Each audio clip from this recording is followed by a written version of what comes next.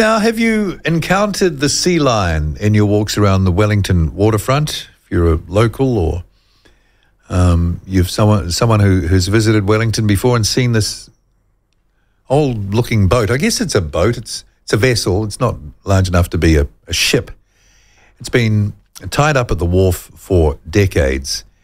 And last night, it went down between 8:15 and 9 p.m., according to Centreport. And the owner of the Sea Lion, Selwyn, joins us now. Sorry about that awkward intro, Selwyn. I was just trying to bring stories up and get information up because I thought you were going to be just a few more minutes in the hour. Sorry to hear about that. Yes, it's a shock. It's something I never wanted to hear. If I was over there, I would have been able to do more, but living in Nelson and, doing it remotely, I have fixed it remotely. How do you do that? Not long ago. Oh, I have very good caretaker, a young lady who was living on board. I've got pretty poor health, so I was in hospital, waking up in a hospital bed and got a phone call saying the boat's sinking. Oh. This was during the day. So the Port Authority brought one of their pumps, and she was pretty quick with how to work the bilge pumps. There was 6 bilge pumps on board, and she was very clever at fixing that, so we averted that crisis. So, yeah, with good people, it can be done. And I know a little bit about the boat now. I've had it a couple of years, I guess. So yeah. So yes, how much history are you aware of? Because I've seen that boat there. I think I was aware of one of the previous owners a long time ago. Yeah. It's been sitting there for a long time. It sort of became part of the furniture around the wharf. How old was the Sea Lion, and can you give us any sort of backstory to it? Yeah, it was built in 1942 in Tasmania. It was built as a lighthouse tender, they called it, to take supplies to the lighthouse. But lighthouses round the coast of Australia, southern coast. War finished, so it became a bit redundant. So it went through various incarnations and fishing, a long line and purse seiner, I believe. It did a lot of fishing work. And then it got motored out here from Tasmania by the long-term owner, and that's where it tied up at Queen's Wharf for 20 years. And it sort of suffered a bit from the elements and everything.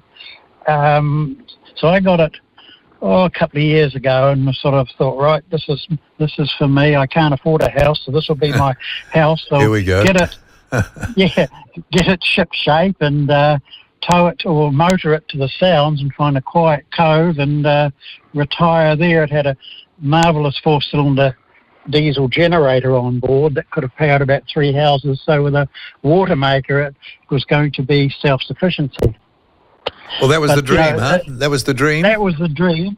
But like everything, it takes longer and costs more. But I had some divers working on it, and we started patching some of the holes, and it was getting better. But there's the long controversial story of how it started its life in New Zealand at Queen's Wharf, where I bought it. There was a collective of young musician art people living on board, which I thought was great. As a elderly musician myself, I encouraged them to stay there, and it was great. I was on board, and they had 2 bands down below, and it was just that would have been fun. There were some great parties. Oh, it was just a great scene, and I was going to run blues nights on it, because I just thought it was fantastic with people working here. They're a lot younger than me, but they're all pretty neat. And then things changed the way they do. There was some deal that the Centreport, who was in control of Queen's Wharf, wanted to pass that to the City Council. And City Council wouldn't do the deal with the lovely Sea Lion there. Why? I was just thinking, they don't like it. It's been a thorn in everyone's sides for years. And I was just looking online, the reactions to it. It's funny. I think as soon as I saw it, I thought fantastic because of the penguins on it. I thought, I just love the penguins all over it. That idea that someone would do that. And it's so much room on board of it. This is fantastic. But a lot of people hated it. A lot of people, there was hate stuff on today saying, good, it sunk. And I think someone said on stuff or whatever, said, why did it sink? And they said, people were flip comments like, oh, because water got in. And a lot of people hated it. Yeah, which I find hard to believe. Same with me. I mean, you'd have to be a bit of a twisted up person to hate on that. It was, it was actually quite a nice boat to look at. And now we know from you a bit about the history there. That's always interesting. And, don't you have boats tied up around bloody wharves? Isn't that a normal thing? I thought so. And people at the time, the people on board started a lot of protest action, and I followed along with it. But because I'd signed up with Centreport, I became in the gun for the movement. And one of the people who... Sorry, Selwyn, what was the movement? The movement was to Glasgow Wharf, where it ended up. No, but the move. Oh, so you're not talking about it like a movement as a political movement or a protest movement. No. You're talking about an actual physical movement, right? Well, kind of. The people, the collective on the boat, got quite vocal about it, and I believe the Ombudsman even got a letter from them, which I added to recently. But yes, they wanted to move it to Glasgow Wharf, ostensibly because it was suited better and it was safer and all this stuff. But it was really that the City Council wouldn't carry through with this deal with Centreport, and they wanted it to go through. So they were saying, Centreport was saying to me, oh, you're running a business there. Oh, you've got people on board, you have to be surveyed. And I've got all the emails. The threats were thick and fast, and I just wanted a quiet life. I'm in poor health and a pensioner. So then I said, all right, move it. So we moved it there, and it's been knocked around by the weather. The ferry movement's coming in and out, the concussion from the propellers. Down below, when you hear those, when you hear the ferries coming in, the prop wash, the concussion was just unbelievable, the vibrations. Is that the little harbour ferry? Is that the harbour ferry you're talking about? Because they went in there, or are you talking about the big inter-island ferries that the straight Blue Bridge were coming in and out. And the shock from the propellers was taking its toll on the side facing the ferry. There was a lot of holes opening up and getting worse. And as I said, between hospital visits, I had to get over there and try and fix things. And I was on my way on Thursday this week to sort of take control and make sure everything was going to, last because of this bad weather. But I didn't get the chance. But yes, since it moved there, it's been very difficult to get. It didn't suit it there. It was in a lovely sheltered position where it was. It's knocked it around. The Port Authority say, no, it hasn't, but it has. It's knocked it around. There's just various things. I've got a list of about 12 grievances against the Port Authority, which I sent to Greater Wellington City Council, which did no good. Just various things that have made it very difficult. You're a bit disappointed, Selwyn, in the way that... Oh, yeah.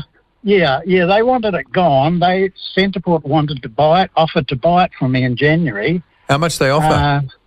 5,000. Okay.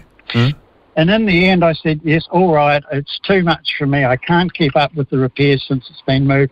And they reneged on that. They said, no, one of their board members wouldn't wear that. So they said, when he leaves, we can do it. But no, nothing on that.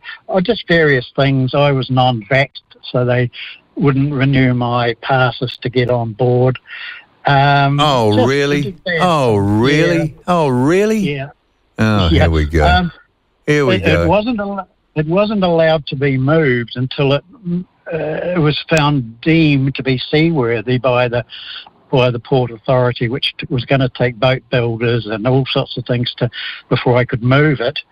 All sorts of things like that, which is fair enough. It's got to be safe because we didn't want it sinking on the Cook Strait. Yeah, but not letting you on your own boat. Yeah. Yeah, eventually... That's crazy. These people are nutbags. They've lost the plot. It's so sad. Well, everything comes under safety. Safety. That's the great... In this society now, everything's safety. But we know it's not. We know it's not. No, we're not. It's all bull. It's all keep you safe. It applies to everything. I'm not too keen on safety. I think it's a bit of danger is okay. I was going to be sleeping on the boat for the next few nights, but it has an alarm on it that lets you know if it's got water coming on. And my lovely ex-caretaker was on her way down there and got there about 10 minutes too late, and it's amazing how quickly it went down. I think the water went into the engine room where the main bilge pumps were. It would have been a simple matter. Oh, so timing really is what got you. If someone had been there earlier and cranked up the pumps, you'd probably be all right. It was really just someone that I had caretakers on board, but they were getting nervous about it, and I was too. I thought, no, I don't. If there's a chance of it sinking, I don't want anyone on board.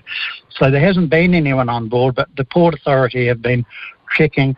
It's kind of odd. They must have had a premonition about this because the boat has had four big tanks in the engine room for diesel and hydraulic fluid, and they've been on board checking that they were empty. Oh, wait on. So that's interesting. So, yeah, would it be difficult to send down a little diver with it was a wooden hull, wasn't it? Wooden hull with a drill. Yeah. And you know the diesel's out, because I was going to ask you, what about pollution from that? Oh, well, I'll be here. Are you suspicious? Yeah. Ooh. I can't say much because they are big. Everyone's a big company, and I'm a poor pensioner. They might have taken it out, Selwyn. I couldn't possibly comment on that. Okay. Well, don't then. But the strangest thing was, I've been trying to sell it. I can't do it. I put an ad on Trade Me to sell it. That got pulled by the wharf, the Port Authority, because they said I hadn't told the whole story of how it has to be moved. It can't be moved. Wait. Sorry, can I understand this? They can interfere with your Trade Me listing? It looks like the powers of a harbour master are kind of all reaching. I don't know if they can marry people, but I think if God wanted a day off, they'd get the harbour master, and their powers are tremendous. And yes, he talked. He says he didn't, but he talked Trade Me into removing my ad, which is a fierce form of censorship. Did he consult with you first, Selwyn? Did he call you up and say, "Hey"? No. Oh, I see. I see. They just pulled it. They pulled it. Man. So I'm feeling everything I wanted to do to get the boat moved. I was thwarted right up to the end. Honestly, a week or so ago, I gave up, said, all right, I can't move it. I'm going to cut it up for scrap. Oh, well, you'll have to follow a plan. And here we go again. Yeah, look, same old. The lack of diesel, having the diesel removed, is that what you said? Yeah, I don't think there was any there, but they wanted. Should there have been some diesel in there? Were you expecting? I think there was. The old owner said there was about $10 worth of diesel. Oh, that's not much. There may have been hydraulic oil. No, it wouldn't have done any damage, and the tanks were sealed. But so I don't know. It's just funny that they wanted all the belongings off and the tanks checked. Not that I can, And they had your tray. I can't believe that they were able to interfere with Trade Me. Hey, Trade Me, if you're listening. So has this happened before? Are people allowed to do this? Is that in the terms and conditions of signing up to a Trade Me account, that the harbour master could come in and take out your listing at any time? I think Trade Me counted with we're allowed, it's at our discretion what we allow on and allow off. So they're covered, of course, like everyone. But yeah, a very unusual situation and very vexing, and just everything I did with them. This goes way back to before I bought it. The previous long-term owner had battles with them, and he got tired of it. I think that's why he sold the boat very cheap to get rid of the issues. So now they've got the Sealion at the bottom of the harbour floor by the wharf. So now who's liable for that? Now what happens? Oh, me, of course. Well, can't you just walk away and say, hey, you can my Trade Me listing. Go, screw yourself. Oh, they're big and I'm little. Yeah, I know. I can't be bothered with what's going to come next. This is what I'm. But really surely you could make a case that the positioning of that vessel and the concussion from the props of the straight shipping big ferries, which are only a few hundred metres away, and everything else going on, and it was on the north-facing side of Queen's Wharf, wasn't it? Let me see, northeast, I guess, because the southern wind would blow it off the... Right. Yeah. So it was exposed to winds. It's kind of like you were set up, Selwyn, to me. Yes, it's been an ongoing battle, and every time I tried to do anything, even it's kind of like a campaign. I don't want to be paranoid, but a while ago they said, we've overcharged you in berthage fees. You got $3,000 coming back. And I thought, goody, I'll use that to patch up the hole. Then, sorry, we made a mistake. It's only $500. They're playing with you. They were playing with your mind, Selwyn. They were playing mind games. I think that the one that nukes it for them is they interfered with your Trade Me listing. Yeah, I reckon that is low. If what you're saying, I'm not saying you're not telling the truth. If those are all the details, that's a shocker for me. Yeah. So does it have to be removed? Why can't you just say, hey, I'm quite happy for it to sit on the bottom of the harbour, actually? This is what I needed. Donate it to diving. I'd like it to be a reef. And then you turn around on them saying you're stopping fish finding homes. That's right. It was a lovely old boat. I loved it when I was on. I used to wander around, look at the way it was built, the huge timbers, and they built it when they actually built things. They lathed nuts and bolts for it, and they made it. So it had a craft element to it. It wasn't just one of these mass-produced, robot welded things. No. It was made by real craftspeople, men probably. I just admired the work. Yeah, it's so sad. All right, well, maybe someone listening with a few extra dollars might think, hey, that's not good enough. Could it be refloated? I guess you'd block up the holes, pump out the water, and it'd pop up again, wouldn't it? Well, it can be done. They salvage them by putting flotation devices on them and pumping them up, and it could be emptied out. It's strong enough to withstand it, but now the engine's been flooded. It's been... rumour has it was rolled once and went under and come back up. It was a little top heavy in its construction. Right. Had a bit added to the top of the top of the deck, so I gave it a bigger cabin area when they took. Well, they've got that museum nearby. It's supposed to be a maritime museum. It's not anymore. It's a husk of what it used to be. But you'd think that could have been quite a good part of that. With some. Displays and material on board. It would have been a great experience for people. But, the bell of it. The cardie wearers at the harbour board, you can't do that. No, All right, Selwyn, look, you can't. I'm sorry to hear about the Sealion, and I'm still kind of blown away that they interfered with your Trade Me ad, Well, yes, and also what would be nice now if a kindly maritime lawyer came to light and said, let's look into this. I don't know. My contract with them expired on the end of last month, so I don't have a contract with them at the moment for berthage, and there's various things. Just walk away, Selwyn. Just walk away. I mean, what can they do? What can they do? Go through the courts. Yeah, will that make any difference in the end on a matter of principle? I guess not. There's definitely some irregularities with it that I'm a bit concerned about. But they'll come to light soon. Well, let's see how the story develops. We'll keep an eye on it. But thank you for coming on. Look, that's great, Paul. As I said, there is a few. I don't want to be paranoid and sort of a but there was some things even on last night. There were some irregularities about who was on board, and there's some funny things that I'll have to look into. But love to talk to you about it. Okay, well let us know if anything anything comes up, and we might ask Trade Me about why they would take that off. Yeah, that's something we can do. Let's get on to that, Ben. Would be great. We'll do that. Hey, Selwyn, all the best, mate, and hope your health hangs in there. All right, okay. Well, thank you, Paul. Appreciate it. Okay, bye. Okay. Bye. Bye.